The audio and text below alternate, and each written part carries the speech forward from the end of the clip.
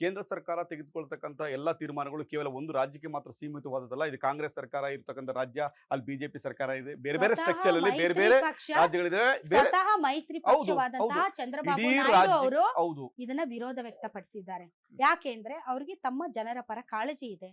ಒಂದು ರಾಜ್ಯ ಸರ್ಕಾರವಾಗಿ ತಮ್ಮ ಮೇಲೆ ಬೀಳುವಂತಹ ಬರೆಯ ಪರಿಜ್ಞಾನ ಇದೆ. ಖಂಡಿತ. ಹಾಗಾಗಿ ನೀವು ಒಂದು ಪ್ರಾದೇಶಿಕ ಪಕ್ಷವಾಗಿ ಜೆಡಿಎಸ್ ಕೂಡ ನೀವು ನಮ್ಮ ರಾಜ್ಯದ ಜನರ ಮೇಲೆ ಬೀಳುವಂತ ಬರೆಯ ಬಗ್ಗೆ ಯೋಚನೆ ಮಾಡ್ಬೇಕೆ ಹೊರತು ಒಕ್ಕೂಟ ವ್ಯವಸ್ಥೆಯಲ್ಲಿ ಎಲ್ಲರಿಗೂ ಕೊಟ್ಟಿದ್ದಾರೆ, ನಮಗೂ ಕೊಟ್ಟಿದ್ದಾರೆ, ಸಾಕು ಇದೇ ಪುಣ್ಯ ಅಂತ ಚಂದ್ರಬಾಬು ನಾಯ್ಡು ತೋರಿಸುವಂತಹ ಆ ಒಂದು ಪ್ರತಿರೋಧ ಯಾಕೆ ಕುಮಾರಸ್ವಾಮಿ ಅವರು ತೋರ್ಸಲ್ಲ? ಖಂಡಿತ ಹೇಳಿ, ಖಂಡಿತ ಫೆಡರೇಷನ್ ಹೇಳಿ. ಸಿಸ್ಟಮ್ ಅಲ್ಲಿ ನಾವು ಅವ್ರ ಜೊತೆ ಅಲಯನ್ಸ್ ಇದೀವಿ. ಸೊ ನಾವು ಖಂಡಿತ ನಾವು ನಮ್ಮ ಪ್ರಯತ್ನವನ್ನ ಖಂಡಿತ ಪ್ರಾಮಾಣಿಕವಾಗಿ ನರೇಂದ್ರ ಮೋದಿ ಅವ್ರ ಜೊತೆ, ಅಮಿತ್ ಶಾ ಅವ್ರ ಜೊತೆ ಕೂತು ಮಾತಾಡಿ ಪರಿಹರಿಯುವ ಎಲ್ಲ ಪ್ರಯತ್ನವನ್ನ ಸರ್ ಸನ್ಮಾನ್ಯ ಕುಮಾರಣ್ಣವ್ರು ಮಾಡ್ತಾರೆ.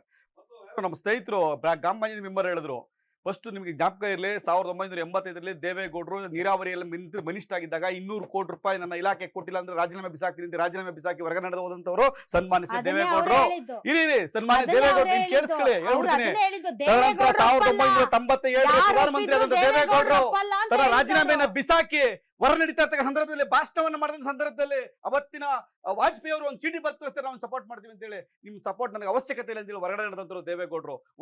ಒಂದೇ ಒಂದು ಮಿನಿಸ್ಟ್ರಿಗೋಸ್ಕರ ಯಾರ ಜೊತೆ ರಾಜಿ ಆಗುವಂತಹ ಮರ್ಜಿ ಆಗುವಂತಹ ಗುಣ ದೇವೇಗೌಡರ ಕುಟುಂಬಕ್ಕೆ ಇಲ್ಲ. ಅದು ನಿಮ್ಗೆ ಜ್ಞಾಪಕ ಇರಲಿ. All right. ಮತ್ತೆ 2018 ನಿಮ್ ಜೊತೆ ಕಾಂಗ್ರೆಸ್ ಜೊತೆ ಸರ್ಕಾರ ಮಾಡಿದಾಗ್ಲೂ ಅಷ್ಟೇ ಈ ಸರ್ಕಾರನ ಬೀಳಿಸ್ತಾರೆ ಅಂತ ಗೊತ್ತಿದ್ರು ಕೂಡ ಅಮೆರಿಕಕ್ಕೆ ಹೋದಂತವ್ರು ಸನ್ಮಾನ್ಯ ಕುಮಾರಣ್ಣವರು, ಎದುರದೆ ಹೊರಗಡೆ ಬಂದಂತವ್ರು ಕುಮಾರಸ್ವಾಮಿ ಅವರು.